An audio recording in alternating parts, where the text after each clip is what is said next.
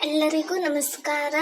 ಇವತ್ತೇ ನಾವು ಹಾಗಲಕಾಯಿ ಗೊಜ್ಜನ್ನು ಮಾಡುತ್ತಿದ್ದೇವೆ. ಮೊದಲು ಹಾಗಲಕಾಯಿಯನ್ನು ಸಣ್ಣ ಸಣ್ಣ ಕಟ್ ಮಾಡಿ 3 ಚಮಚ ಉಪ್ಪನ್ನು ಸೇರಿಸಿಕೊಂಡಿದ್ದೇವೆ. ಇದು ಮೊದಲೇ ಮಾಡಿಕೊಳ್ಳಬೇಕು ಮತ್ತು ಅರ್ಧ ತಾಸು ಹಾಗೆ ಇಟ್ಟುಕೊಂಡು ಇರಬೇಕು. ಆ ಉಪ್ಪೆಲ್ಲ ಹಾಗಲಕಾಯಿಗೆ ಸರಿಯಾಗಿ ಸೇರಬೇಕು. ಈ ಉಪ್ಪು ಹಾಕಿದ್ದೀವಿ, ಅದು ಸರಿಯಾಗಿ ಮಿಕ್ಸ್ ಮಾಡಿ ಚೆನ್ನಾಗಿ ಮಿಕ್ಸ್ ಮಾಡಬೇಕು.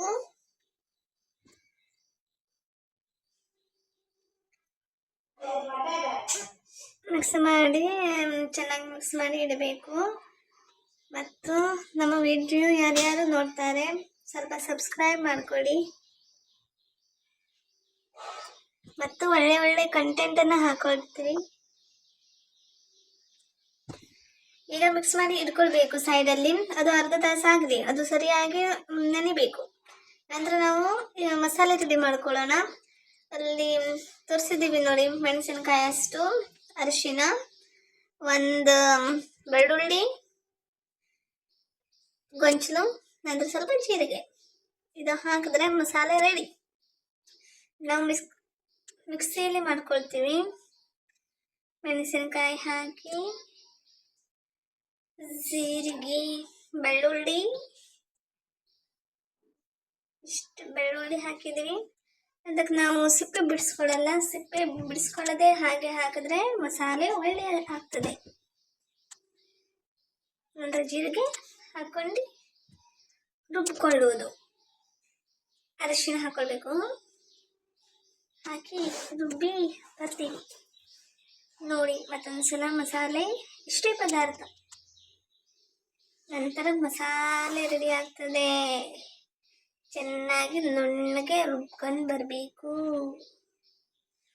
ನೀರು ಹಾಕೊಂಡಿದ್ದೀವಿ, ಅದು ಅರಿಶಿನ ಹಾಕಿದ್ರಲ್ಲ ಅದೇ ಇದರಲ್ಲಿ ನೀರು ಹಾಕೊಂಡಿದ್ದೀವಿ.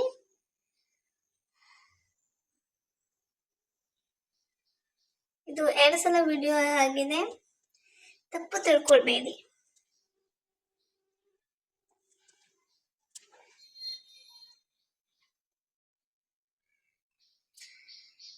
ಮತ್ತು ಯಾವ್ಯಾವ ಕಂಟೆಂಟ್, ಯಾವ್ಯಾವ ರೆಸಿಪಿ ಬೇಕು ಅಂತ ಕಮೆಂಟ್ ಮಾಡಿ.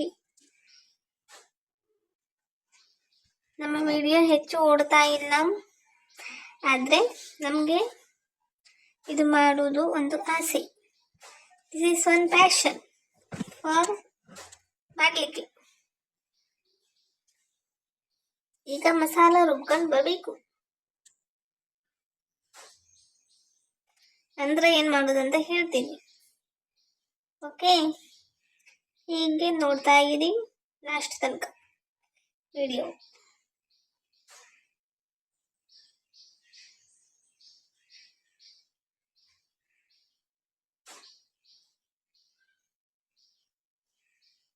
ನಮ್ಮ ದೊಡ್ಡ ಜಾರು ಮಿಕ್ಸಿಲಿಟ್ಟು ಹಾಕಿ ರುಬ್ಬಿ ಬರಬೇಕು. ಮತ್ತು ನೋಡಿ, ಒಂದು ಪದಾರ್ಥ ಮಿಕ್ಸ್ ಮಾಡ್ಕೊಂಡಿದ್ದೀವಿ. ನನ್ನಮ್ಮ ಮಿಸ್ ಮಾಡ್ಕೊಂಡಿದ್ದಾರೆ, ಒಂದು ಪದಾರ್ಥ ಆ್ಯಡ್ ಮಾಡಿದ್ದಾರೆ. ಈಗ ಎಂಥದ್ದು, ಶುಂಠಿ ಹಾಕೊಂಡಿದ್ದಾರೆ. ಮಸಾಲದಲ್ಲಿ ಒಂದು ಶುಂಠಿ ಮಿಸ್ ಆಗಿತ್ತು, ಅದಕ್ಕೆ ಶುಂಠಿ ಹಾಕೊಂಡಿದ್ದೀವಿ. ಶುಂಠಿ ಹಾಕಿ ರುಬ್ಕೊಂಡು ಬರ್ತೀವಿ. ಈಗ ಅದೇ ಮಸಾಲ ಈ ರೀತಿ ಬರ್ತದೆ ಕಲರ್.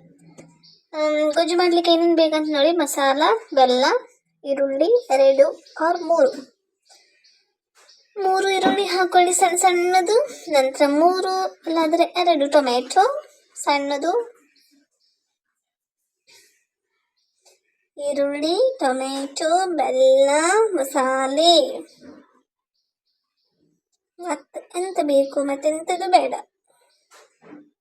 ಸರಿಯಾಗಿ ನೋಡ್ಕೊಳ್ಳಿ ಪದಾರ್ಥ ಎಷ್ಟು ಮೆಷರ್ಮೆಂಟಲ್ಲಿ ಉಂಟು, ಎಷ್ಟು ಬೇಕಾಗ್ತದೆ.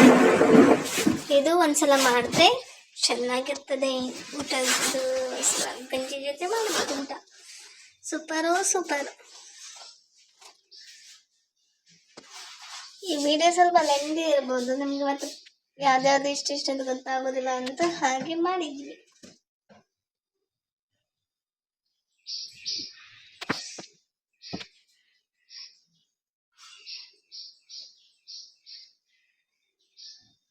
ಇದು ನನ್ನ ತಂಗಿ ಮಾಡಿದ್ದು ಹುಚ್ಚುತನ. ಈ ವಿಡಿಯೋ ಮಾಡಿದ್ದು ನನ್ನ ತಂಗಿ. ಈಗ ನೋಡಿ, ಅದು ಉಪ್ಪು ಹಾಕಿ ಇದು ಮಾಡ್ಕೊಂಡಿದ್ದು. ಈಗ ಬಾಣಲಿಗೆ ಸ್ವಲ್ಪ ಎಣ್ಣೆ ಹಾಕಿ ಈರುಳ್ಳಿ ಹಾಕಿ ಫ್ರೈ ಮಾಡ್ಕೊಂಡು ಮಧ್ಯಾಹ್ನ ಊಟ ಗಡತ್ತಾಗಿ ಮಾಡೋದು. ನೋಡಿ ಹೇಗೆ ಮಾಡೋದಂತ ಸರಿಯಾಗಿ.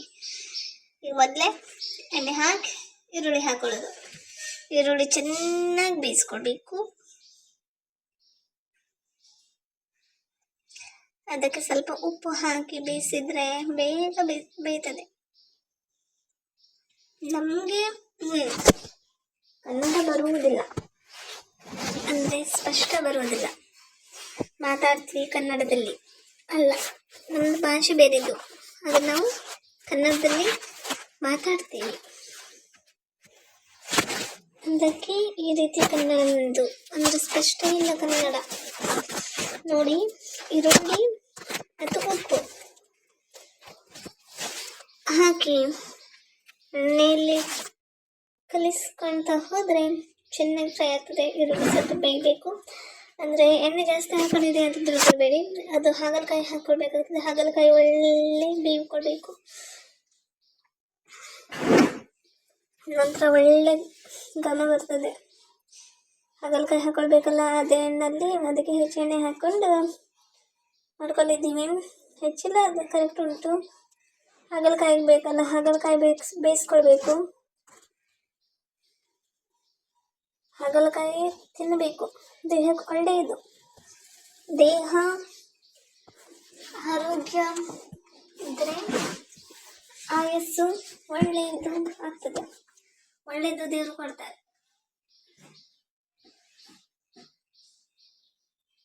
ಈಗ ಬೇಯ್ತಾ ನಂತರ ನಾವು ಟೊಮೆಟೊ ಹಾಕೊಳ್ಳುವ. ನೋಡಿ ಹೀಗೆ ಬೇಯ್ದಿದೆ. ಈಗ ಅದಕ್ಕೆ ಟೊಮೆಟೊ ಆ್ಯಡ್ ಮಾಡ್ಕೊಳ್ಳುವ.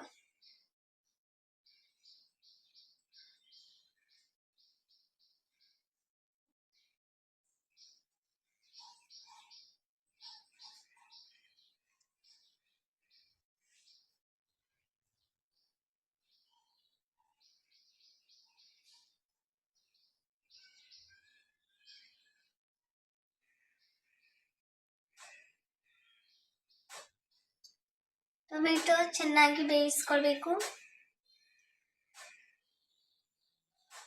ಬೆಂದಾದ್ಮೇಲೆ ಮತ್ತೆಂತ ಮಾಡ್ಬೇಕಂತ ಹೇಳ್ತೀನಿ. ನೋಡಿ ಇದೇ ರೀತಿ ಸಿಂಪಲ್ ಉಂಟು.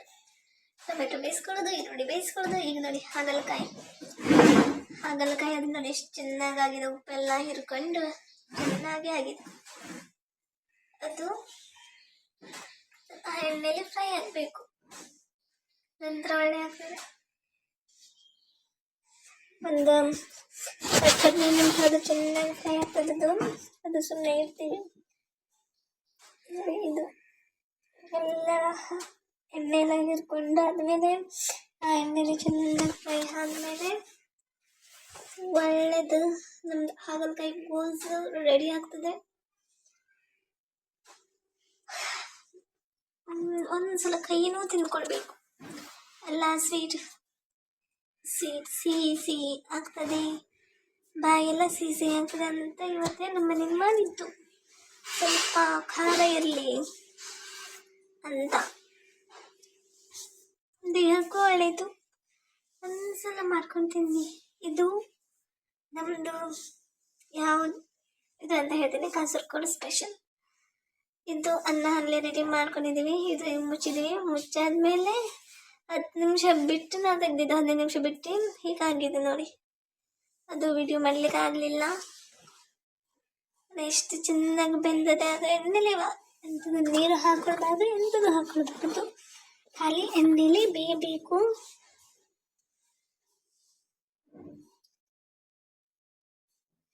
ಇದು ನಮ್ಮದು ರವಿವಾರ ಸ್ಪೆಷಲ್ ಹಾಗಲಕಾಯಿ ಗೊಜ್ಜು. ಹಾಗಲಕಾಯಿ ಗೊಜ್ಜು ಮಾಡಿ ತಿನ್ಕೊಳ್ಳಿ. ನೋಡಿ ಅದು ಬೆಂದದೆ. ಈಗ ಮಸಾಲೆ ಹಾಕೊಳ್ಬೋದು. ಬೆಲ್ಲ ಎಂತಕ್ಕೆ ಹಾಕೊಳ್ತೀವಿ ಅಂದರೆ ಅದು ಸ್ವಲ್ಪ ಖಾರ ಆಗ್ತದೆ. ಸ್ವಲ್ಪ ಟೇಸ್ಟ್ ಬೆಲ್ಲದು ಒಳ್ಳೆ ಬರ್ತದೆ ಅಂತ. ಬೆಲ್ಲ ಹಾಕಿದ್ರೆ ಟೇಸ್ಟ್ ಒಳ್ಳೆ ಬರ್ತದೆ. ಮತ್ತು ನಮಗೆ ಖಾರ ಅಷ್ಟು ತಿನ್ನಲ್ಲ ನಾವು, ಅದಕ್ಕೆ ಬೆಲ್ಲ ಹಾಕ್ಕೊಂಡಿದ್ದೀವಿ.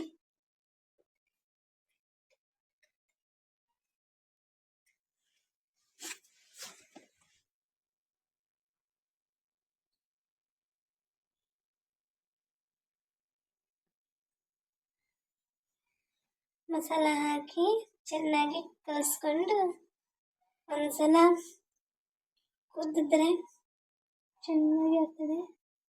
ಅದು ಮಸಾಲೆದ ಎಕ್ಸೆಸ್ ನೀರು ಅಂದರೆ ಮಸಾಲೆ ಎಲ್ಲ ಇರ್ತದಲ್ಲ ಅದರಲ್ಲಿ ಪಾತ್ರೆಯಲ್ಲಿ ಅದೆಲ್ಲ ಚೆನ್ನಾಗಿ ಮಾಡಿ ನೀರು ಹಾಕೊಂಡಿದ್ದೀವಿ.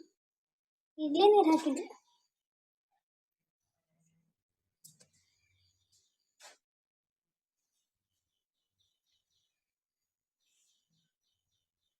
ಈಗ ಚೆನ್ನಾಗಿ ಕುದ್ದಿದ್ದು ಅದೆಲ್ಲ ಊಟ ಮಾಡೋದೇವ. ಇದಾಯಿತು ನಮ್ಮದು ಊಟ ರೆಡಿ ಆಗ್ತದೆ. ಅದೇ ಆದಮೇಲೆ ಎಂತ ಮಾಡೋದು, ಚೆನ್ನಾಗಿ ಬಾರಿಸ್ಕೊಳ್ಳೋದು. ಊಟ ಮಾಡಿ ಇದರ ಮಸಾಲೆ ಇತ್ತಲ್ಲ ಸ್ವಲ್ಪ ನೀರು ಹಾಕೊಂಡಿದ್ದೀವಿ, ಸ್ವಲ್ಪ ಚೆನ್ನಾಗಿ ಆಗಲಿ ಅಂತ, ಅಂದರೆ ದಪ್ಪ ಆಗಿದೆ ಸ್ವಲ್ಪ ತೆಳು ಆಗಲಿ ಅಂತ.